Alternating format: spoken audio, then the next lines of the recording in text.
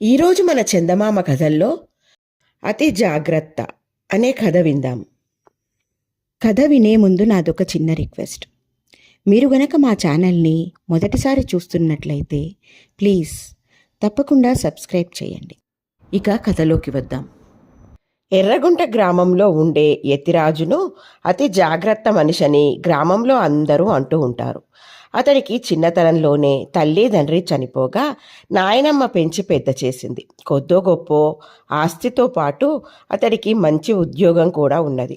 యతిరాజు పొరుగు గ్రామంలో ఉన్న విమల అనే అమ్మాయిని వివాహం ఆడాడు.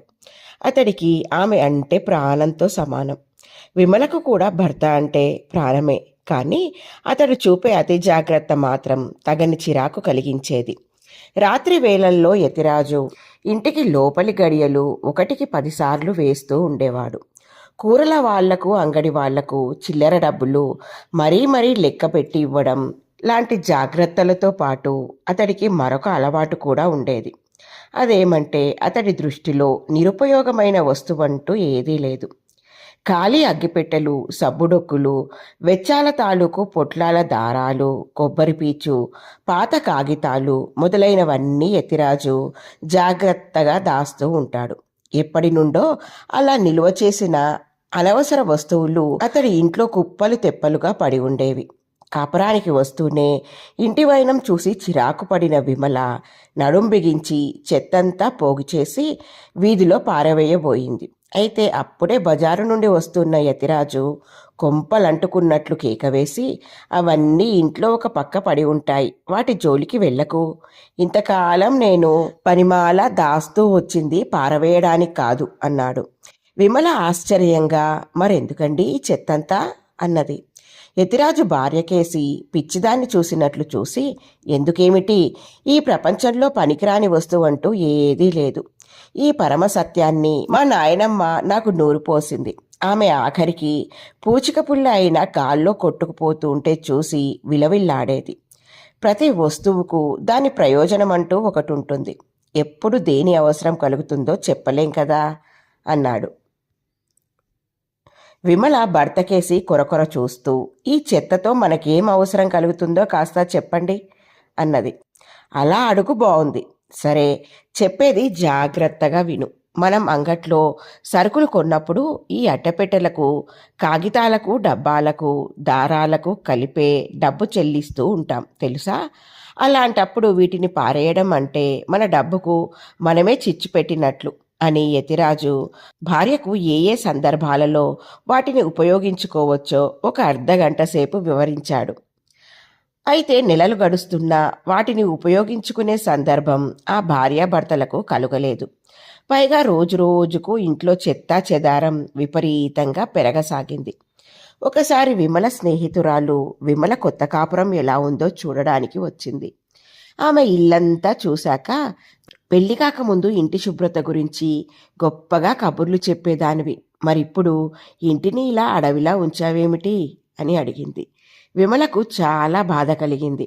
అయినా ఆమె భర్త చాదస్తం స్నేహితురాలి ముందు బయట పెట్టుకోలేక రోజు శుభ్రం చేయాలనుకుంటూనే బద్దకిస్తున్నాను అంటూ మాట దాటవేసింది. ఆ రోజు ఆమె భర్తతో ఈ విషయం గురించి పెద్దగా గొడవ పెట్టుకున్నది.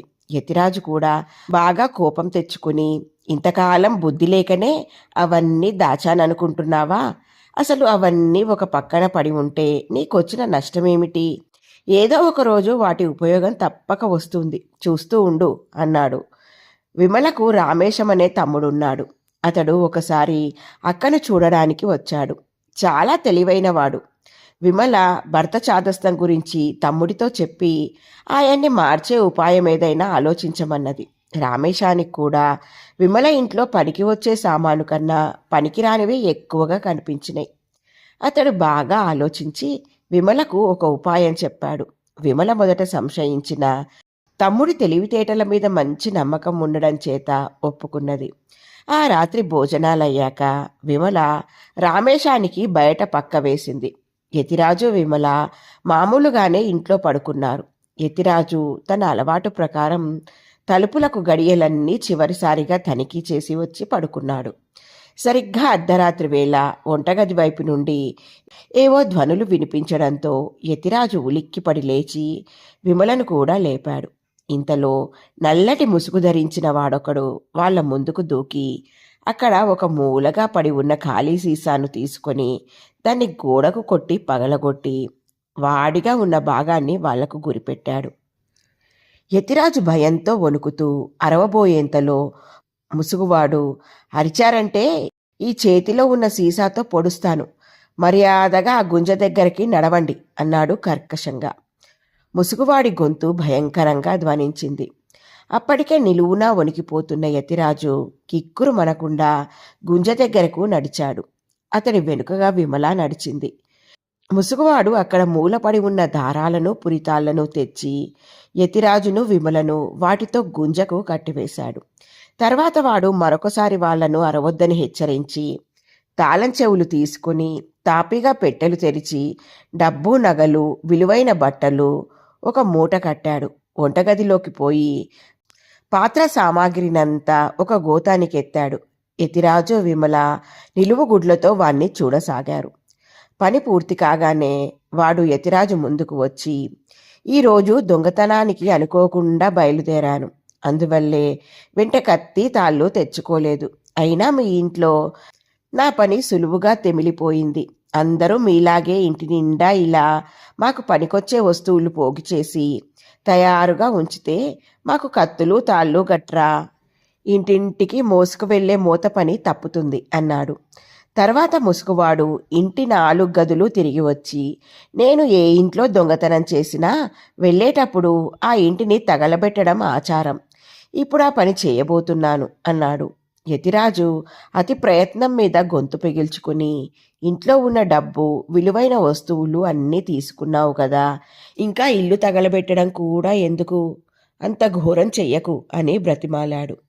నా ఆచారాన్ని మంటగలపాలని చూస్తున్నావా అంటూ ముసుగువాడు యతిరాజు మీద కస్సుమంటూ లేచి మూలమూలలా ఉన్న ఖాళీ అట్టపెట్టెలు, కాగితాలు, కొబ్బరి పీసు, డొక్కులు తెచ్చి చావిట్లో కుప్పగా పోయసాగాడు. యతిరాజు విమల ఏడుపు బిగబట్టుకున్నారు. ముసుగువాడు మూటలు 2 తీసుకొని తను పోగు చేసిన చెత్త మీద అగ్గిపుల్ల గీసి పడవేసి బయటకు వెళ్ళాడు. వెంటనే యతిరాజు పెద్దగా కేక పెట్టాడు. ఆ మరుక్షణం రామేశం రొప్పుతూ లోపలికి వచ్చాడు. అతడి చేతిలో దొంగ ఎత్తుకుపోయిన మూటలు 2 ఉన్నవి. రామేశం మూటలను కింద పడవేసి వంటగదిలోకి పోయి నీళ్ల బిందెలు తెచ్చి అప్పుడే రాజుకుంటున్న మంటను ఆర్పి, దొంగ నన్ను చూసి మూటలతో పెరటిగోడ దూకలేక వాటిని వదిలి పారిపోయాడు అని యతిరాజు విమలల కట్లు విప్పాడు. విమల కోపంగా భర్తకేసి చూస్తూ, ఈ గొడవంతా మీ కారణంగానే జరిగింది. ఎప్పుడో పనికి వస్తాయంటూ అడ్డమైన చెత్తను ఇంట్లో జాగ్రత్తగా దాచారు. చూడండి, ఆఖరుకు అవి ఎలా పనికి వచ్చాయో. తమ్ముడు సమయానికి లేకపోతే మీరు దాచిన చెత్తతో పాటు ఇల్లు మనం నిలువునా కాలిపోయేవాళ్ళం అన్నది. యతిరాజు ఎంతో పశ్చాత్తాపపడుతూ, ఆ దొంగ నా కళ్ళు తెరిపించాడు అన్నాడు. జరిగిందేదో జరిగిపోయింది. ఇక ముందైనా నీ అతి జాగ్రత్త కాస్త తగ్గించుకో బావా అని రామేశం సలహా ఇచ్చాడు. ఆ మాట వింటూనే యతిరాజు హఠాత్తుగా ఏదో జ్ఞాపకం వచ్చిన వాడిలా, అవును, జాగ్రత్త అంటే గుర్తుకొచ్చింది. రాత్రి పడుకోబోయే ముందు గడియలన్నీ సరిగ్గానే వేశాగదా, మరి దొంగ ఇంట్లోకి ఎలా వచ్చాడంటావు విమల అని భార్యను అడిగాడు. విమల వెంటనే, పోయిన దీపావళి పండుగ రోజున కాకర పువ్వొత్తులు కాల్చాక కడ్డీలు పారేయకుండా ఎందుకైనా పనికొస్తాయని చూరులో దాచారు. దొంగ ఆ కడ్డీలను తలుపు సందుల్లో దూర్చి గడియ తీశాడు. చూడండి, ఇక్కడ కడ్డీలు తలుపు దగ్గర పడి ఉన్నవి అంటూ వాటిని తెచ్చి భర్తకు చూపింది. ఇది జరిగాక యతిరాజులో అతి జాగ్రత్త బాగా తగ్గిపోయింది. తమ్ముడి సాయంతో భర్త చాదస్తానికి తగిన చికిత్స చేయగలిగినందుకు విమల చాలా సంతోషించింది. ఇలా ఉంది ఫ్రెండ్స్ ఈ కథ. బాగుంది కదూ? నచ్చిందా? అయితే లైక్ చేయండి. మీ బంధువులకు స్నేహితులకు ఈ కథలను షేర్ చేయండి. మరిన్ని మంచి మంచి కథల కోసం మా ఛానల్ను తప్పకుండా సబ్స్క్రైబ్ చేయండి. మరొక మంచి కథతో మళ్ళీ కలుద్దాం. ఉంటాను మరి.